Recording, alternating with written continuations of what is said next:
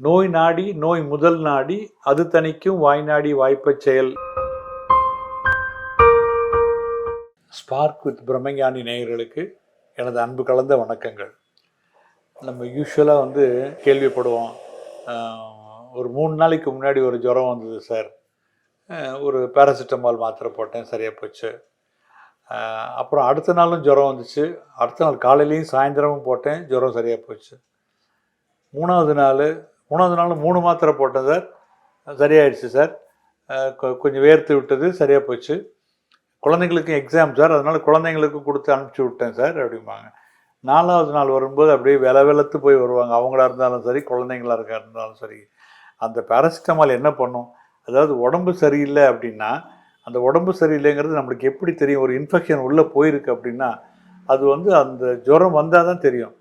ஜுரம் அடிக்குது, அதாவது அந்த ஜுரம், வலி, இயலாமை, இது எல்லாமே என்ன சொல்லுதுன்னா, அந்த நம்ம நோய் எதிர்ப்பு சக்திக்கும் அந்த நோய்க்கும் உண்டாகிற ஒரு போட்டியில், ஒரு சண்டையில், அதனுடைய விளைவுகள்னால இந்த சிம்டம்ஸ் எல்லாம் தெரியுது. நம்ம இந்த சிம்டம்ஸ், நோய் குறிகள் எல்லாம் தடுத்தோன்னு வச்சுக்கோங்க. ஜுரம் அடிக்குது, ஜுரத்துக்கு மட்டும் மாத்திரை. நோய் நாடி நோய் முதல் நாடி அது தணிக்கும் வாய்நாடி வாய்ப்பச் செயல் அப்படின்னு சொல்லியிருக்காருல்ல. அந்த நோய் வந்ததுன்னா அது என்ன ஜுரம், அதுக்கு என்ன பண்ணணும், எப்படி சப்போர்ட் பண்ணணுங்கிறது தெரியாமல் நம்ம பாட்டு வெறும் பேராசிட்டமாலே போட்டுக்கிட்டோம். ஒரு பேச்சுக்கு சொல்கிறேன், ஒரு மலேரியா இருக்குன்னு வச்சுக்கோங்களேன். அந்த மலேரியாவுக்கு ஆன்டி மலேரியல் மருந்து கொடுத்தா தான் சரியாக வரும். வெறும் பேராசிட்டமாலை போட்டு பிரயோஜனம் இல்லை. ஒரு யூரினரி ட்ராக்ட் இன்ஃபெக்ஷனுக்கு அந்த யூரினில் இருக்கிற பூச்சிக்கு என்ன மாத்திரை போட்டால் பெட்டராக இருக்குங்கிறத கண்டுபிடிச்சி போட்டால் தான் அது சரியாக வரும். உள்ளுக்குள்ளே சளி இருக்குது, நிமோனியா இருக்குது, சளியை குழந்தை இருமுறா அப்படின்னு சொல்லிட்டு அவங்களுக்கு சளி ஜுரமாக இருக்குன்னு சொல்லிட்டு ஜுரம் மாத்திரை மட்டும் போட்டோன்னு வச்சுக்கோங்களேன், சளி உள்ளுக்குள்ளே கட்டி போய்கிட்டே இருக்கும், உள்ளுக்குள்ளே பெருகிக்கிட்டே இருக்கும். சாதாரண சளி நிமோனியாவாகும், அட்மிட் பண்ணுற மாதிரி ஆகும். ஸோ ஒவ்வொரு முறையும் ஒரு ஜுரம் வந்தோடனே நம்ம டாக்டர்கிட்ட தூக்கிட்டு ஓட முடியாது குழந்தைய. ஒரு வேளை கொடுத்து பார்க்கலாம் பேராசிட்டமால், அதில் குறையலைன்னா இமீடியட்டாக டாக்டர்கிட்ட போயிடணும். செல்ஃப் மெடிக்கேஷன் பண்ணக்கூடாது. டாக்டர்கிட்டையோ ஹாஸ்பிட்டல்லையோ, உங்களுக்கு ஃபேமிலி டாக்டருங்கிறவர் குலதெய்வம் மாதிரி. குலதெய்வம் எப்போவுமே ஒரு ஓட்டு வீட்டில் இருக்கும், சுமாராக இருக்கும்.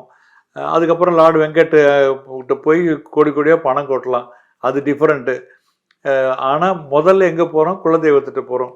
அது மாதிரி ஃபேமிலி டாக்டருக்கு, பெரிய பெரிய டாக்டருங்களுக்கு எல்லாருக்குமே அவங்களுக்கு சப்ஜெக்டில் நிறைய தெரியும். ஆனால் உங்கள் ஃபேமிலி டாக்டருக்கு உங்களை நல்லா தெரியும்.